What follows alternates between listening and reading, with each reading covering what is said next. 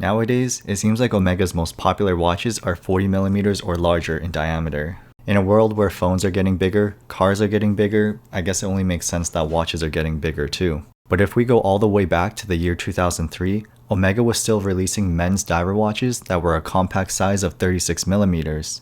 And as a result, this Omega Seamaster that I acquired a few weeks ago is one of the best fitting diver watches that I've ever tried on. So without further ado, let's take a deep dive into the Omega Seamaster 2263.80.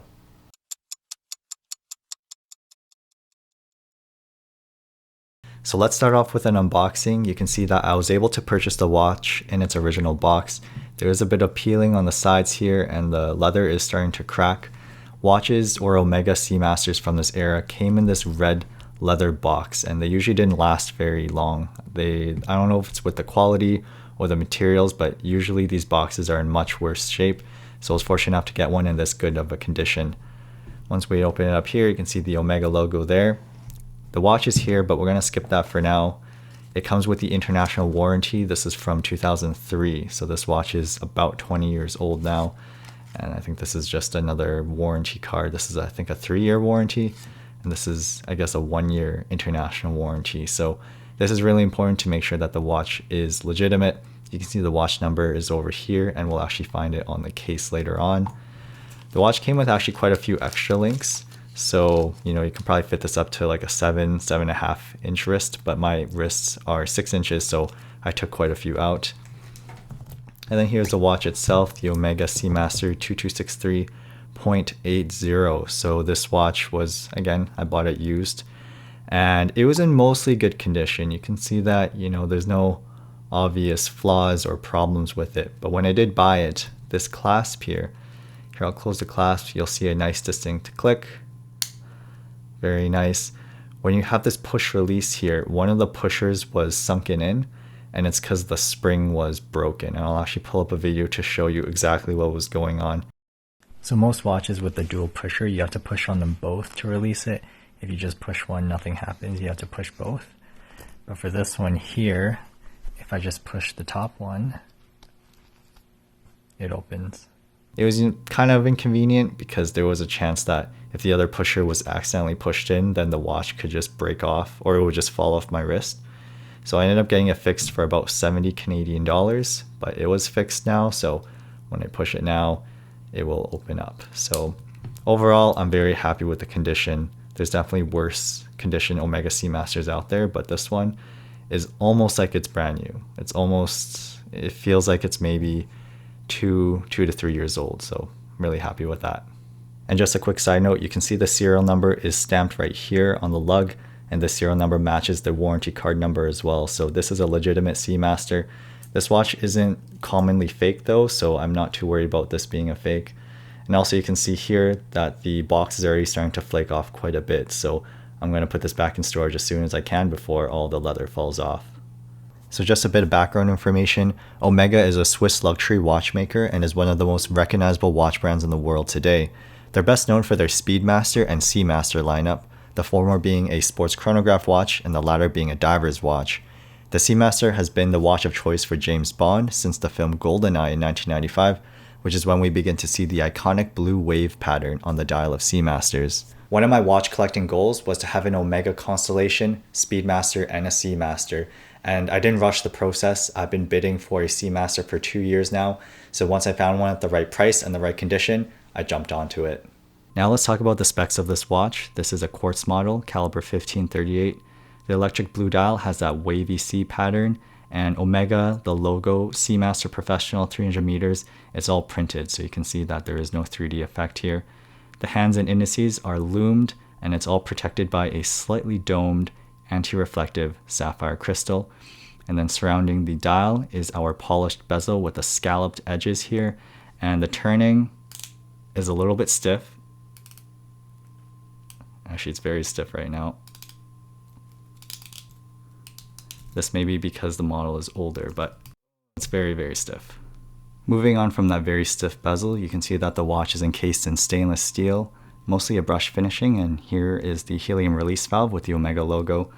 Also the screw down crown at the 3 o'clock position, this is also with the Omega logo. If we go to the back here, the case back is stainless steel, it is solid. You have the Seamaster name and the seahorse logo. The bracelet that it came with is also made of stainless steel. You can see that, as I mentioned, or as I showed before, it is push to release, and you can see Omega Seamaster Professional. It also comes with a diver's extension here, so if I pop it over here, you can actually get a few extra inches, so in case you're putting this watch on top of a diver suit, you now can put it on with a little bit of extra space. And finally, for the dimensions, we have 36.2 millimeters in diameter, 42.6 millimeters lug to lug, 11 millimeters thick, and it has 18 millimeter lugs. Now let's talk about the design. I like how the dial has that wave pattern because it matches the idea of this being a diver watch. I also like how the cursive writing for Seamaster matches the theme of that wave pattern. The wave pattern stops at the edges of the dial where the minute markers start, and that was a good choice because it makes the dial feel less busy and it increases legibility. Some models of the Seamaster have skeleton hands, but I don't think they look as nice and they're not as legible. It would have been nice for the text and the logo to be applied instead of printed, because everything kind of looks flat at an angle, but it's not a deal breaker by any means. One of my favorite parts of this watch is a scalloped bezel. I feel like it gives it that extra dimension of complexity with the angles and the different curves. It kind of reminds me of the current trend in cars. Cars used to be a lot more smooth and rounded back in the day, but nowadays they're much more angular in design. So even though this watch is almost 20 years old now, it doesn't feel like a vintage watch at all. The design as well as the condition of this watch makes it feel like it's pretty new. Now let's talk about the performance and features of this watch. As I mentioned before, this is a Quartz watch, so it is quite accurate. I think it's gained only about 2 seconds in the past month. I will note that the seconds hand doesn't always hit the markers perfectly, but that's common for a lot of Quartz watches. The seconds hand also has that bit of stutter or backlash, but this is also again a common issue with Quartz watches. Only the highest end Quartz movements will not have any stutter at all. In terms of time and day adjustment, the hour hand can jump in 1 hour increments, which is great for changing time zones. However, there is no quick set date adjustment and it is not a perpetual calendar, so you'll have to manually adjust the day forward for any months that are less than 31 days.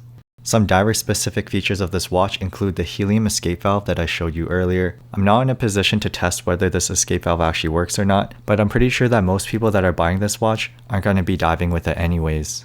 I am able to confirm that the diver's extension on the clasp does work, but again, I don't think I'll be using it. Also, just a quick side note, I was able to get the bezel turning smoothly again. It might have just been the angle that I was turning the bezel on camera that made it difficult. I could probably lubricate it if I wanted to, but I don't really use a diver's bezel anyways.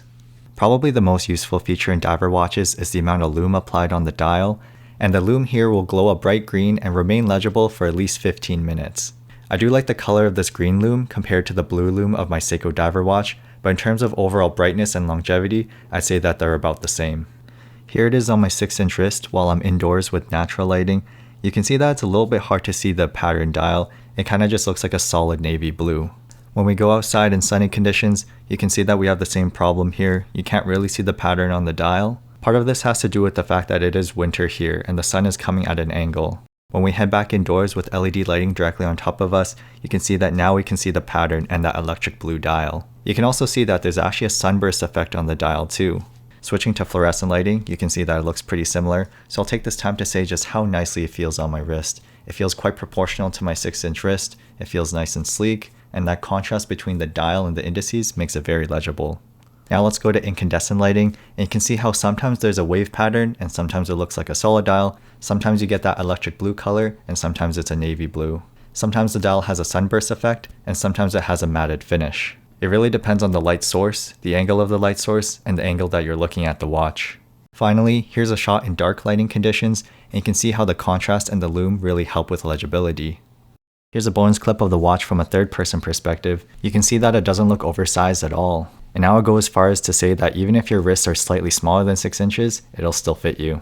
So in terms of price and availability, this model is now discontinued, so you can't buy it at any boutique. But this model was not a limited edition, so you can find plenty of them on the secondhand market. In terms of pricing for these secondhand models, it really depends on who's selling it. I found that most sellers will price it between 13 to 1700 Canadian dollars, or we could ballpark it to maybe about 1,000 to 1,200 US dollars. I was able to find mine for just 1,000 Canadian dollars, which is about 750 US dollars on Yahoo Japan auctions. So Yahoo Japan auctions isn't just great for Japanese watches, it's also really good for Swiss watches as well.